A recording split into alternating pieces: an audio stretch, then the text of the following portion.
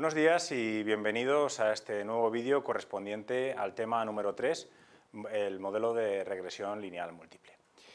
Vamos a empezar hablando de cuáles son las fases del proceso o las fases del trabajo econométrico, que son 4.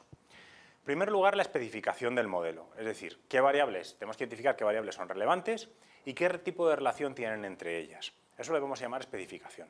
A continuación, la segunda fase es la llamada estimación. Utilizando datos que tenemos disponibles, vamos a calcular los parámetros del modelo, vamos a ajustarlo. La tercera etapa es la llamada validación, que consiste en verificar que el modelo que hemos desarrollado cumple determinadas características y por tanto es adecuado para el uso. ¿Por qué? Porque si no cumple determinadas características, ese modelo no se va a poder emplear, ese modelo estará mal. De hecho, si no se supera la etapa de validación, hay que volver a empezar con la especificación, hay que empezar de nuevo. Una vez que se supera esa etapa de validación, ya podemos utilizarlo. Y básicamente los modelos que nosotros vamos a estudiar se pueden utilizar para 3 cosas. Se pueden utilizar para predecir, es decir, para calcular valores fuera de la muestra inicial que teníamos, para simular, es decir, para hacer simulaciones, o para explicar. Explicar simplemente significa interpretar los coeficientes de tal forma que podamos estimar efectos marginales o elasticidades. Esos son los 3 usos principales de los modelos econométricos que nosotros vamos a estudiar en esta asignatura. ¿Cuáles son los elementos formales de un modelo econométrico? Pues son básicamente 4. En primer lugar está la variable dependiente o explicada o endógena. Imaginemos que estamos tratando de calcular el precio de un piso en función de la superficie que tiene, los metros cuadrados, a qué altura está, es decir, el número de piso en el que se encuentra, a qué barrio pertenece o el número de dormitorios que tiene. Nuestra variable endógena, dependiente o explicada, sería el precio, es lo que estamos tratando de explicar. Segundo elemento son las variables independientes. En este caso, ¿cuáles serían? Pues las 4 que he dicho, la superficie del piso, la altura al que se encuentra, el barrio al que pertenece o el número de dormitorios. El tercer elemento, y este es absolutamente importantísimo, es lo que llamamos perturbación. La perturbación aleatoria, que la denotaremos con la letra U, lo que recoge son todos aquellos efectos que de algún modo afectan a la variable dependiente, pero que sin embargo no están incluidos en nuestro modelo. Como os habéis dado cuenta, en el precio de un piso no solo influyen estas 4 variables que acabo de mencionar, influyen muchas más cosas. Esas más cosas que no están en el modelo, ¿dónde están? En la perturbación. Elementos que afectan al precio y que sin embargo no están contemplados en el modelo. Y por último, los parámetros. ¿Qué son los parámetros? Los parámetros, las betas, que vamos a utilizar esa notación a lo largo de la asignatura, son precisamente aquellos coeficientes que multiplican a cada una de las variables. Como estamos viendo, tenemos beta 1, que sería el parámetro independiente, el parámetro libre, que no está asociado a ninguna variable, la ordenada en el origen, por así decirlo. Luego beta 2, que multiplica a la superficie, beta 3, que multiplica a la altura, beta 4 al barrio y beta 5 al número de dormitorios. Esas 5 betas es lo que llamamos parámetros. ¿Cuáles son las hipótesis básicas que tiene que cumplir un modelo de regresión? Es decir, ¿qué características debemos satisfacer para asegurarnos de que el modelo está bien y se puede utilizar? Pues se pueden agrupar en 3 grandes grupos y el primero de ellos tiene que ver con las hipótesis relacionadas con las perturbaciones aleatorias. Las perturbaciones aleatorias, en primer lugar, tienen que tener media nula, es decir, puede haber perturbaciones positivas, que están por encima de la media, por debajo de la media, negativas, pero cuando yo calculo la media de todas las perturbaciones, tiene que salirme una media de 0, una media nula. La segunda característica que hemos de exigir a las perturbaciones es que tienen que ser homocedásticas. ¿Esto qué significa? Que su variabilidad tiene que ser constante a lo largo del tiempo.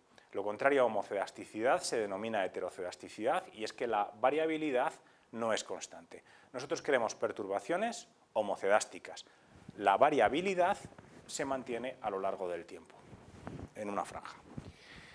En tercer lugar, la ausencia de autocorrelación. ¿Y esto qué significa? Significa que las perturbaciones aleatorias no están correlacionadas entre ellas. Vamos a ver esto con un ejemplo que se entiende muy bien.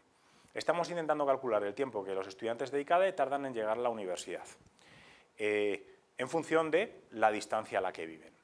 Ana hoy ha llegado tarde. ¿Bernardo va a llegar tarde o no? Pues en principio no tiene por qué. Es decir, Ana ha llegado tarde por las razones que sean, Bernardo puede llegar tarde o no.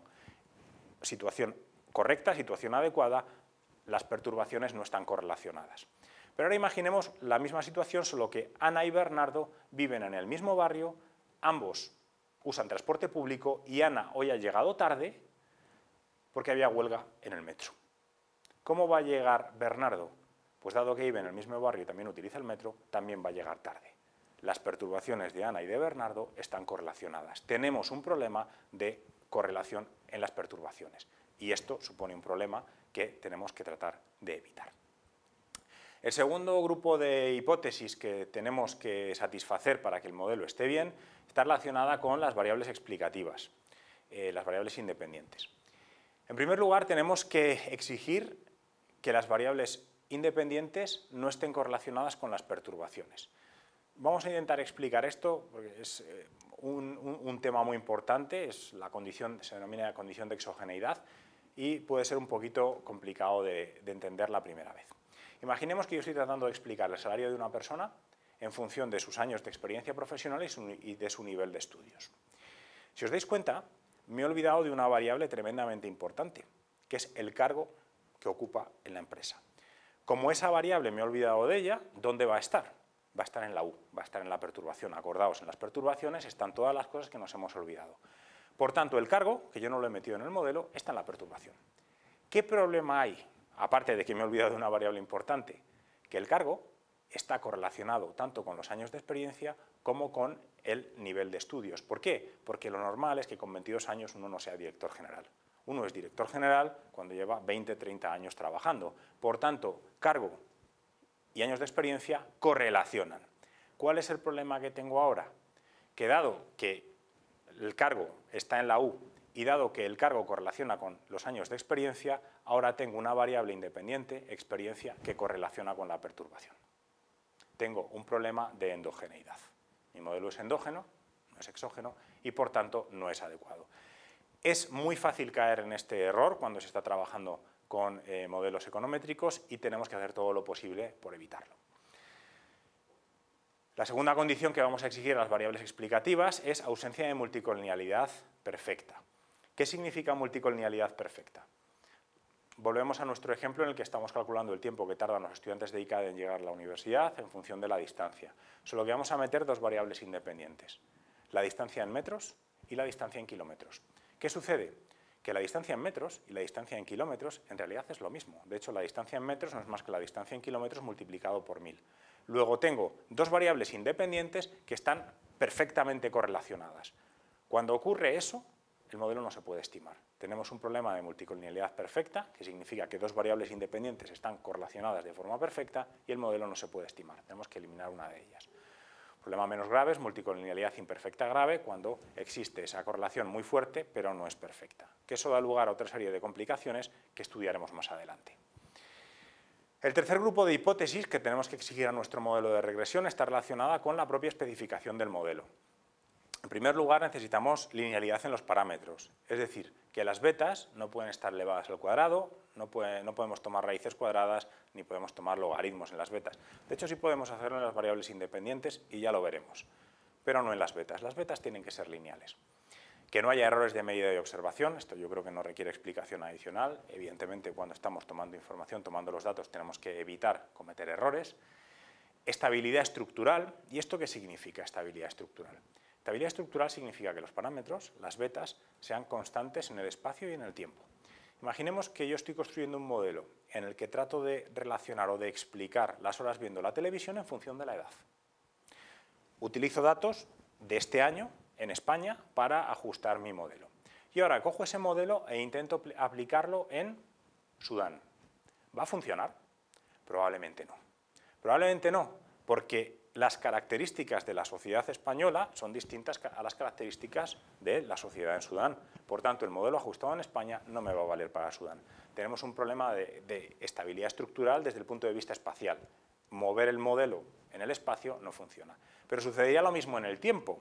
Si yo ese modelo lo intento utilizar para explicar lo que se veía en la televisión en España hace 50 años, tampoco va a funcionar, porque las características sociales serán distintas y, por tanto, el modelo que hemos ajustado aquí y ahora no nos vale para la España de hace 50 años. Por tanto, estabilidad estructural simplemente nos dice, asegurémonos de que las betas son estables en el espacio y en el tiempo para que cuando lo apliquemos cuando lo apliquemos, los resultados tengan sentido y tengan validez. Nuestro modelo de la televisión seguramente sea aplicable, por supuesto en España, más o menos 5 años, 5 años atrás, 5 años adelante, y probablemente en otros países europeos con características similares. Fuera de ese contexto no vamos a poder aplicar el modelo porque no hay estabilidad estructural. Y por último, si vamos a trabajar con datos temporales, vamos a pedirles que o bien sean estacionarios o bien estén cointegrados. Que sean estacionarios significa simplemente que no tengan tendencia. Tendencia es, bueno, pues tendencia puede ser que los datos son crecientes o son decrecientes o tienen forma cuadrática o lo que sea. Nosotros, si queremos trabajar con modelos econométricos usando datos temporales, vamos a exigir que esos datos carezcan de tendencia, que sean planitos. Y en el caso de que tengan tendencia, les vamos a pedir que estén cointegrados. ¿Y qué significa esto? Significa que la relación entre las dos variables o las tres variables o las n variables que estamos analizando sea estable a largo plazo. Técnicamente, el ser cointegrado es un poquito más complicado y de hecho en clase lo estudiaremos en detalle qué significa esto de ser cointegrado. Ahora simplemente quedaros con la idea de que dos variables estén cointegradas significa simplemente que la relación que sea que tienen se mantiene a largo plazo.